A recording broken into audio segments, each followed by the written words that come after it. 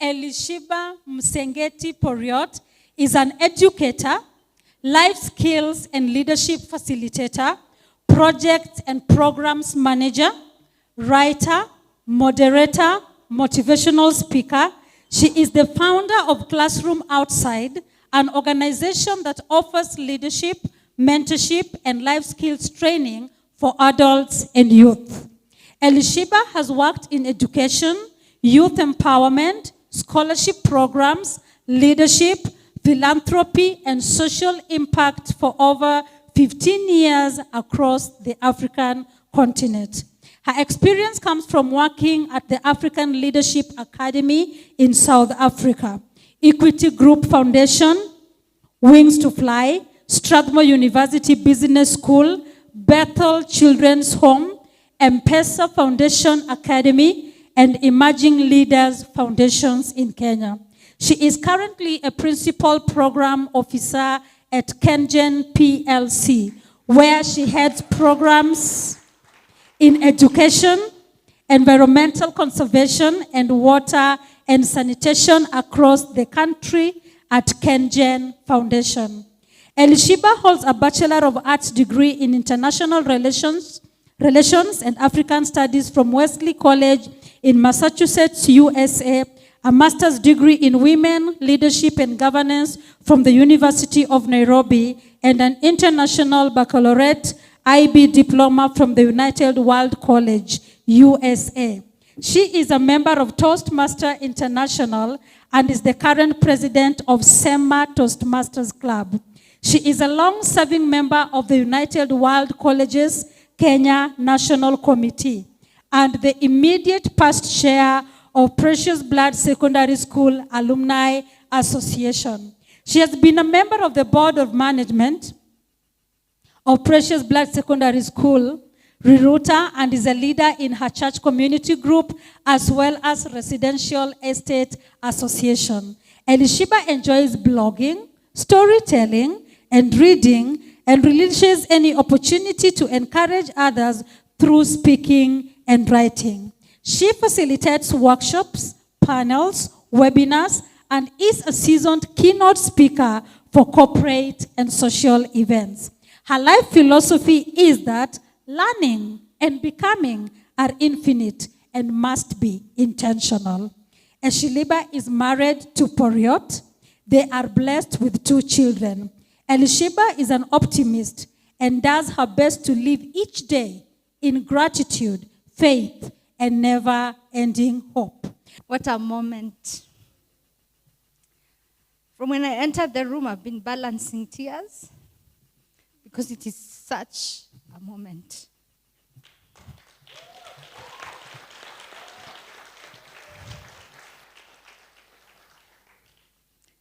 I'd like to thank Doso Radido and the Zion Pearl team, Dottie, Janet, and the rest of the team for this wonderful opportunity to tell our stories. I'll get it together, don't worry.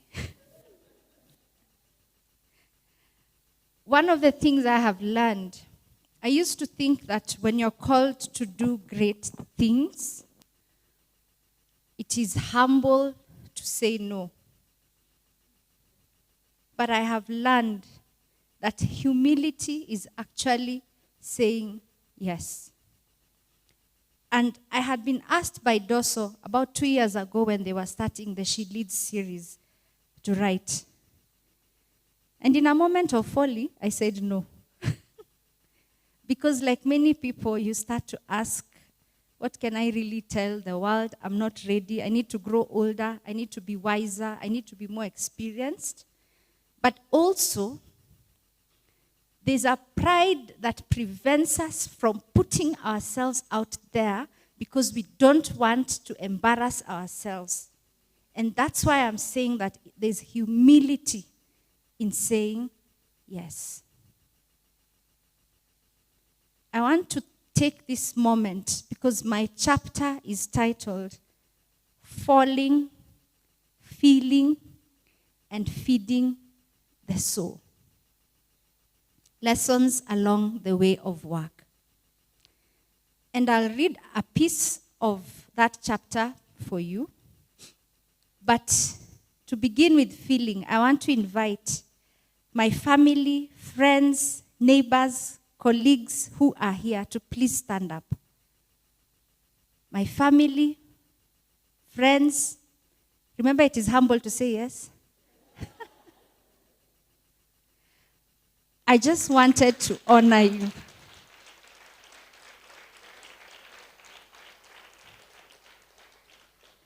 You can take your seats. One of the things I talk about is beholding. It is important for us as we go through life to take a moment and think about what it is you're seeing and feeling and experiencing. It is even more important for leaders because everything we do is not just for ourselves. I remember I did KCPE in the era when it was out of 700. And I did well. And I remember one of my uncles, and he's here today, Uncle Philmon, gave money to my mother. That time there was no M-Pesa, to buy a chicken, kuku, so that we can cook chicken that day to celebrate his niece who has done well. And I started to marvel. At that time I was 14. That you mean this marks I got, 599 out of 700, it means something to other people. And there have been so many moments, even when we announced, or when I announced that I've been a co-author in a book. The response from family, from friends, from colleagues. Kenjan just sponsored 10 women to be here to honor that moment. So the feeling is important. It's important to take a step back and ask, what is this and what could it mean for my family, for my community, for my society? Because the things we go through are not just for ourselves. But a big part of the feeling as well is having empathy and compassion and sympathy. Leaders who don't have that are the ones that someone was saying are lessons. Instead of being role models, you say that one was my teacher. Alinifundisha, character development. So that's the first part, beholding. And I'll read for you my introduction of my chapter.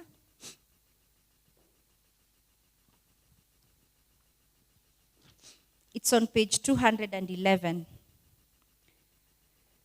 I am a firstborn, and this in many ways has shaped my life and how I approach it. I suffer from the proverbial firstborn syndrome, which is to say, any firstborns in the room? You're in good company. Which is to say that I often take charge of situations. I worry about others.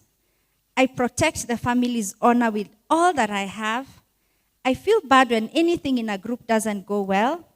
And I think about what could have been done differently, even if I was not necessarily the one responsible. Like many firstborns, I consider myself an ambassador, a mother hen, a minister, possibly a president, a problem solver, a pillar of strength, a pillow of comfort, and a president all at once. My father, Wilfred Msengeti, passed away, and that's why I insist on using the three names, passed away in a tragic road accident when I was young. My mother, Agrippina Msengeti, who was a nurse then and now retired, was barely 30 and left with 3 young children under the age of 5. As the firstborn, I saw myself as a second in command and an assistant parent of sorts. I wanted to protect my mother and my brothers all my life, and to a large extent, I still do. And now, there are children, my husband, Poriot, who is here, my sister-in-law, Claire, who is also here and is married to my brother Moses, who is also here. And all of them, too, fall under my wing. And my brother Peter, and all of them fall under my wing of concern consistently. I carried myself with probably more seriousness than life required. And I am told by my aunts and uncles and cousins and family friends that I had an old soul right from childhood. But I have learned many things along the way that have either enhanced this firstborn syndrome or forced me to tone it down in my work and walk of life. One of them being that you cannot take care of everybody. This leads me to the second part, falling. Leadership, we are told, requires you to bring all of yourself. Your hopes, your aspirations, your experiences, your strengths, and your weaknesses.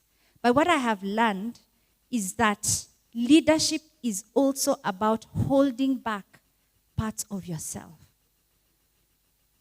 It means that sometimes you're tempted to say something or do something, but you don't. It means that you have to go against what is natural to you. And every time we fail or fall, we have to ask, what is it that is about myself that I could possibly have held back a bit more and brought something else forward to have helped me in this situation? So my lesson, which I share a bit in the chapter, is that in as much as I wanted to bring all of my firstbornness to my leadership positions, and I've had many, that sometimes wisdom is actually being able to hide some of those parts and work on them. Learning to self-regulate and self-modulate is one of the greatest marks of a true leader. That's as far as falling concerns. The third and last part, feeding the soul. In the chapter, I talk about people and I give stories about people who have either inspired me or challenged me or pushed me, and in some cases even discouraged me. We feed our souls with lessons and moments and things, but more importantly, we feed our souls with people. And the lesson that I have learned, because the book is called Lessons and Insights from Lives and Experiences of Women Who Lead. By the way, not who have led, who continue to lead. And there is no who lead excellently, who lead powerfully, who lead amazingly. It's just women who are trying to lead. Yeah? One of the lessons I have learned is that sometimes when we are working so hard for a project or a program or an organization or a goal or a mission or vision, we focus so much on that and we burn bridges and we hurt people, and when the project is over, you're left with nothing. Those colleagues, those teammates, mume kanyagana, mume tukanana, you have denigrated, discouraged. So then the next project, what will you do? Who will you do it with? A big part of feeding our souls, we have to consistently remember that the relationships are important. And that as we do whatever we are doing, wholeheartedly, that maybe we need to manage those bridges so we don't burn them. Sometimes it is okay to fail even a little bit and maybe even lose some of that perfection for the sake of a relationship. Feeding the soul, I've mentioned, that is about people. And there are people, for example, I want to make special mention of my help, Catherine. I thank God for her because her steadiness and her presence and kindness allows me to be here, for example, because my children are at home. Allows us as a family to be and do so many things. And being a leader is about taking those moments. Remember, I talked about beholding and remembering and feeling and introspecting. What is this person doing for me in my life? And letting them know that they are feeding your soul. Much like Mary in the Bible, who was just keeping things in her heart. That is what many of us do. And people feed our souls, not just when things are sad and bad, but even in moments of success, such as this room. These people who've come to celebrate us and celebrate with us. This is a way of feeding the soul. But as a leader, are you also feeding other people's souls? Is there anyone who would say you have actually fed their soul? It's a good question to ask ourselves. And I say this because, like most of us, I've had seasons where maybe things didn't go so well. I remember one time when I lost my job, and my Aunt Jamie, Uncle Jimmy, my mom, my father-in-law, my uncle Mato, he happened to be near where we were living. They came to our house. And you know, you're used to people coming to your house maybe when, like, there's either a birthday or a funeral. I didn't know that when you lose a job, people also visit you with Bible verses and food offerings. But that's feeding the soul. The same. Remember that moment of being given chicken? And now there's this moment, years later. At that time, I was 34. 20 years exactly, right? A moment where people fed my soul. So my clarion call, perhaps, from the chapter, beyond the many lessons I've written about being teachable, about synergy and friendships, about knowing when to be a leader and when to be led. Firstborns. Sometimes you don't have to be the leader. One of the most important things I call us to do is, number one, to take moments to feel and behold what it is we are experiencing and know that it is not just for us, but it is for others. Number two, in the falling, that there's a lesson, and what is it that you're going to bring more of, and which part of yourself will you hold back? And lastly, the feeding of the soul. That as we live and lead and love, we appreciate those who feed our souls, but we must also be genuinely happy with those who are happy around us, genuinely sad with those who are sad, genuinely giving a helping hand when we can, and genuinely being present beyond those text messages that we send and those WhatsApp groups that we form. Being present. That's how we can feed the soul, and that is how I propose that we lead. Thank you very much. That was Msengeti Poriot. Round of applause for her.